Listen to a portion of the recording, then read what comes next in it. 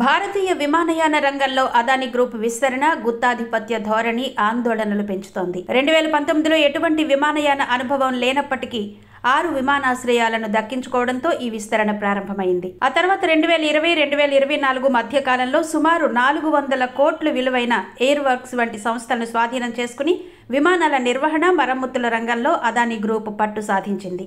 2025లో 820 కోట్లకి ఎఫ్ఎస్టీసీని కొనుగోలు చేయడం ద్వారా పైలట్ శిక్షణలో కూడా ఆధిపత్యాన్ని స్థాపించేందుకు సిద్ధమైంది.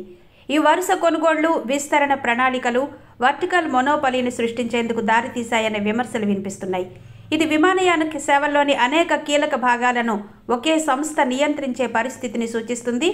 2021 నాటికి $15 బిలియన్ విస్తరణతో భారతదేశ విమానయానంలో దాదాపు 2/3 నియంత్రణ లక్ష్యంగా అదానీ గ్రూప్ పెట్టుకుంది.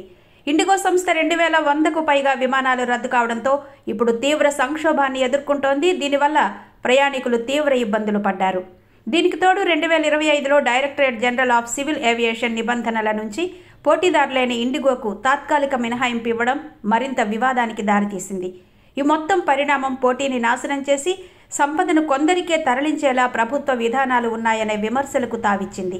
ప్రతిపక్షాలు, విశ్లేషకులు ఈ పరిణామాలను ప్రభుత్వ నిర్మిత విపత్తుగా అభివర్ణిస్తున్నారు. ప్రభుత్వ మద్దతుతో అదానీ సామ్రాజ్యం పెరుగుతోందని, ఇది విమానయాన పోటీని పూర్తిగా నిర్మూలించిందని ఆరోపిస్తున్నారు. విమానయాన రంగంలో పోటీ తగ్గడం వల్ల చివరికి ప్రయాణికులు అధిక ధరలు, నాణ్యత లేని సేవలు వంటి పర్యవసానాలను భరించాల్సి వస్తుంది అన్న ఆందోళన వ్యక్తమవుతోంది.